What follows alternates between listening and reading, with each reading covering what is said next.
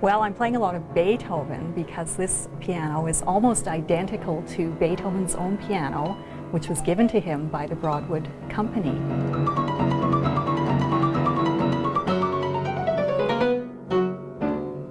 Susan Adams is a classical pianist and music teacher. She's also an early keyboard specialist, and the piano she's playing is her new baby, a 200-year-old baby. The key well has satinwood in it, and then I think this is boxwood in the oval, and that would have been pen written on it. We can also see the date inside the piano, 1809. Why is it called a revolutionary piano? Well, it comes from the age of revolution, the French Revolution, the American Revolution, and also it was built right at the beginning of the Industrial Revolution, which continues to affect our lives today. John Broadwood and Sons, makers to His Majesty and the Princesses.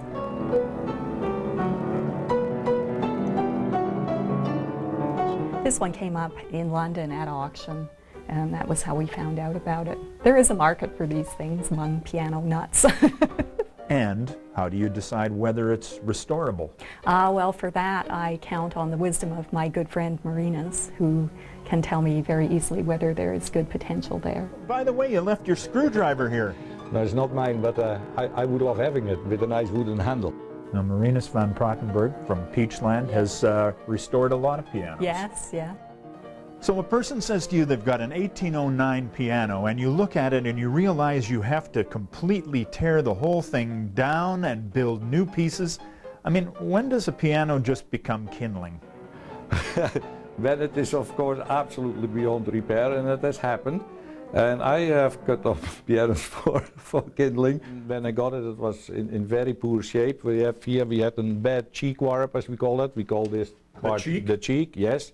A piano has a spine, it has a cheek, it has a belly, and so I had to bring this all back, and that I only could do after the soundboard was removed and the bottom of the piano, and then put it between clamps, between the ceiling and from underneath, and day by day put millimeter by millimeter up until it was straight, and then I brace it again. Underneath the music stand are the pins that hold the strings, the pins that are turned to tune the piano.